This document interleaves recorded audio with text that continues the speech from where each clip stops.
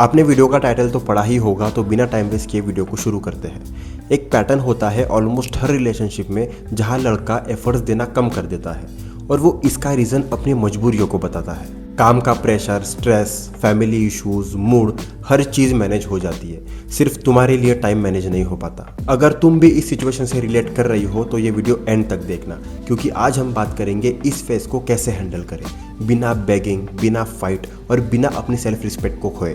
सबसे पहले ये बात समझना ज़रूरी है कि हर लो एफर्ट का मतलब लैक ऑफ लव नहीं होता। कभी कभी लाइफ जेन्युइनली हैवी होती है, पर फर्क होता है टेम्पररी बिजी होना और कंसिस्टेंटली एफर्ट ना देने में। अगर वीक्स और मंथ्स तक तुम्हें स्पेशल फील नहीं कराया जा रहा, प्लान्स हमेशा तुम बनाती हो और वो बस चीज़ों को लेट गो करता जा रहा है, तो ये क्लियरली सिग्नल है तुम टेकन फॉर ग्रांटेड हो रही हो। Why girls stuck here?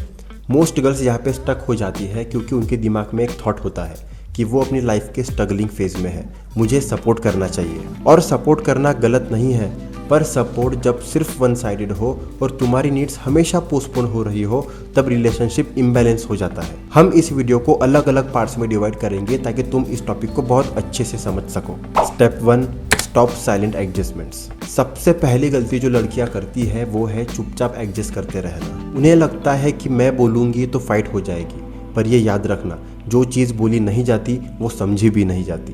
Calmly mature तरीके से बोलो, मुझे एफर्ट्स की कमी फील हो रही है, मैं एक्सक्यूजेस नहीं तुम्हारी प्रेजेंस चाहती हूँ। नो ब्लेम, नो ड्रामा, बस clarity. Step 2, step back without drama. Efforts मांगने के बाद सबसे इंपॉर्टेंट स्टेप होता है अपनी एनर्जी थोड़ी सी वापस लेना। इसका मतलब इग्नोर करना नहीं, गेम्स खेलना नहीं, बस हमेशा अवेलेबल रहना बंद करो। हर प्लान तुम मत बनाओ, हर बार पहला मैसेज तुम मत भेजो। जब तुम्हारी प्रेजेंस गारंटीड नहीं होती तब उसकी वैल्यू फील होती है। Step 3, observe actions not promises.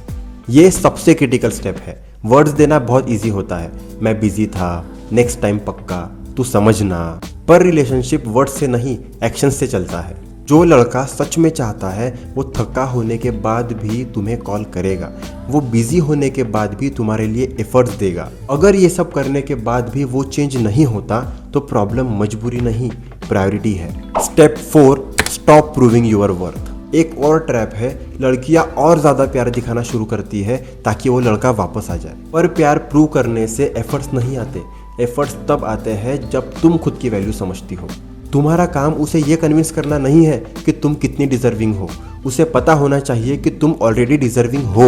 Now it's time for the hard truth. कड़वा सच यही है, जो लड़का तुम्हें खोना नहीं चाहता वो तुम्हें इग्नोर भी नहीं करेगा, और जो हमेशा लेट गो करते रहता है वो परमानेंटली लेट गो ही हो जाता है। रिलेशनशिप में स्ट्रगल एक्सेप्टेबल है, निग्लेक्ट नहीं। और फाइनली बात ये आती है कि इतना सब करने के बाद भी अगर वो चेंज नहीं हुआ तो what if he still doesn't change. अगर तुम क्लियरली बोल चुकी हो, स्पेस भी दे चुकी हो, लेकिन फिर भी एफर्ट्स नहीं आ रहे, तो खुद से ये सवाल पूछना बहुत ज़रूरी है, क्या मैं इस रिलेशनशिप में खुश हूँ? अगर इसका आंसर नो है तो तुम समझ जाओ तुम अपने एफर्ट्स और इमोशंस ऐसे इंसान पर वेस्ट कर रही हो जिसे उनकी कदर ही नहीं है। तुम्हारा काम उसकी मजबूरियां समझना है, लेकिन अपनी वैल्यू भूल जाना नहीं। जो लड़का तुम्हें सच में चाहता है वो तुम्हें स्पेशल फील कराने के लिए रीजंस नहीं ढूंढता, वो टाइम निकालता है। फाइनल ट्रूथ यही है कि जो लड़का तुमसे सच्चा प्यार करता होगा वो तुम्हें नेचुरली एफर्ट देगा, तुम्हें कभी उसके आगे एफर्ट्स के लिए बोलना नहीं पड़ेगा। अगर ये वीडियो थोड़ी सी भी यूजफुल लगी हो और तुम्हें लगा हो कि हाँ मुझे ये समझना ज़रूरी था, तो वीडियो को लाइक करो और चैनल को सब्सक्राइब करो। अगर तुम इस वीडियो का नेक्स्ट पार्ट चाहते हो तो कमेंट्स में यस टाइप करो। यहाँ हम ऐसी ही रिलेशनशिप, सेल्फ रिस्पेक्ट और इमोशनल स्टेबिलिटी की बात करते हैं। Thank you for watching, take care of your self.